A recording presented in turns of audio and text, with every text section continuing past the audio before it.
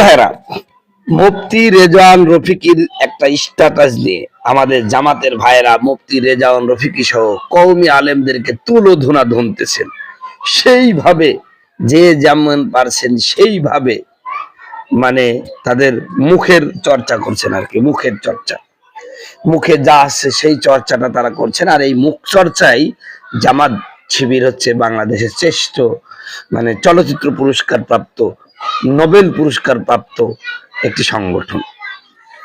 মুফতি রেজওয়ান রফিকির অপরাধ, তিনি এই জাসির পক্ষ অবলম্বন না করে, অর্থাৎ জামাত শিবির যে নীলুফা বিএনপির এই নীলুফাকে নাস্তিক বলে দিয়েছে, কওমের আলেমরা দ্বিমত পোষণ করেছে, এখনো কোনো কথা বলেন নাই।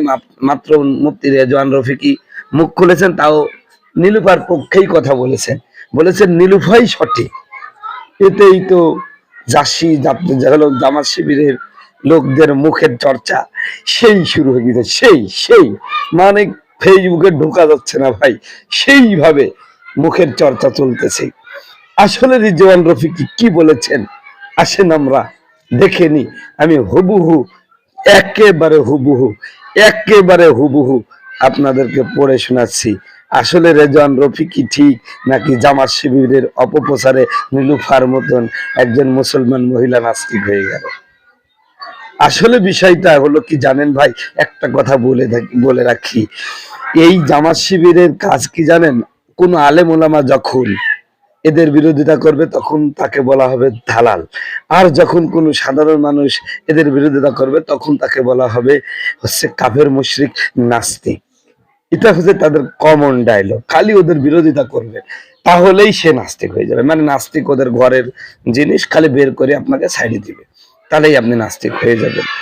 আসলে কি নীলুফা জাকাতকে কটাক্ষ করেছে নাকি জামাত শিবিরের চিরাচরিত অভ্যাসকে কটাক্ষ করেছেন? আসুন আমরা রেজওয়ান রফিকির লেখাটা একেবারে হুবহু পড়ে আপনাদেরকে শুনিয়ে দিচ্ছি। অবশেষে মুফতি রেজওয়ান রফিকি তিনি নীলুফা ইয়াসমিন জামাতের নেত্রীর পক্ষ অবলম্বন করে তিনি লিখছেন, নীলুফার এমপির জাকাত নিয়ে ঠাট্টা নাকি উচিত কথা। নীলুফার এমপির ব্যাপারে বেশ লেখালেখি দেখলাম অনলাইনে।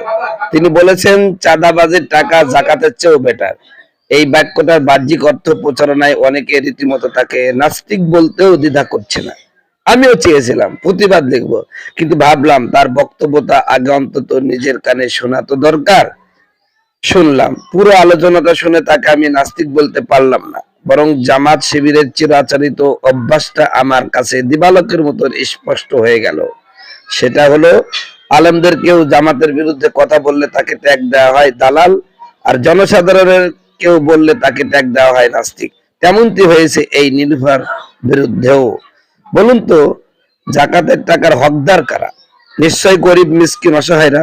সেই গরিব মিসকিনদের হক দিয়ে আপনি কি আপনার সংগঠন চালাতে পারেন? এই গরিবের রিজিক জাকাতের টাকা জামাতের নেতাকর্মীরা লুটে পুটে খাচ্ছে। এই গরিবের রিজিক জাকাতের টাকা জামাতের লোকেরা লুটে পুটে খাচ্ছে।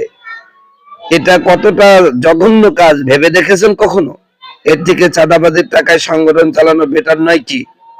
চাঁদাবাজির টাকার হকদার তো আর অসহায়রা নয়।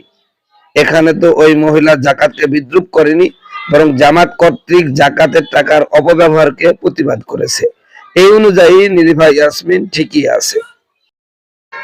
আপনারা জাকাতের টাকায় সংগঠন চালাবেন, আর কেউ সমালোচনা করলে তাকে নাস্তিক ট্যাগ দিবেন। এই ব্যবসা বন্ধ করেন।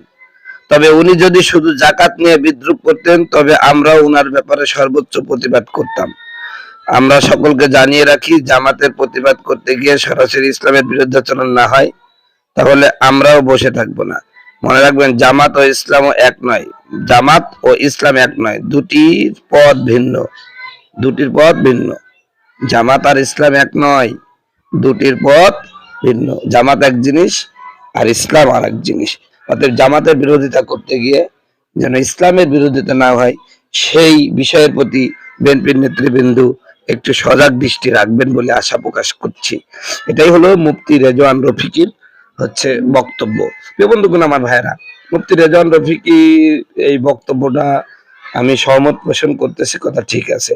আসলে আমার কাছেও তাই মনে হয়েছে যে নীলুফা উনি হচ্ছেন মূলত জাকাতকে কটাক্ষ করেন নাই, বরং জামাত শিবিরের জাকাতের টাকা যে লুটে পুটে খাচ্ছে সেই অনুযায়ী মানে গরিবের হক দিয়ে যে সংগঠন চালাচ্ছে এই বিষয়টা প্রতিবাদ করেছেন। এই অনুযায়ী চাঁদাবাজি আসলেই ভালো, কারণ চাঁদাবাজির মধ্যে তার গরিবের হক নাই, ওটা জোরজার করে যে যায় নাই তার হক। তো এই অনুযায়ী ঠিকই আছে, কথা একেবারে ভুল না। উনি আসলে এখানকার জাকাতকে কটাক্ষ করে নাই, জামাতের চরিত্রকে কটাক্ষ করেছে আর কি।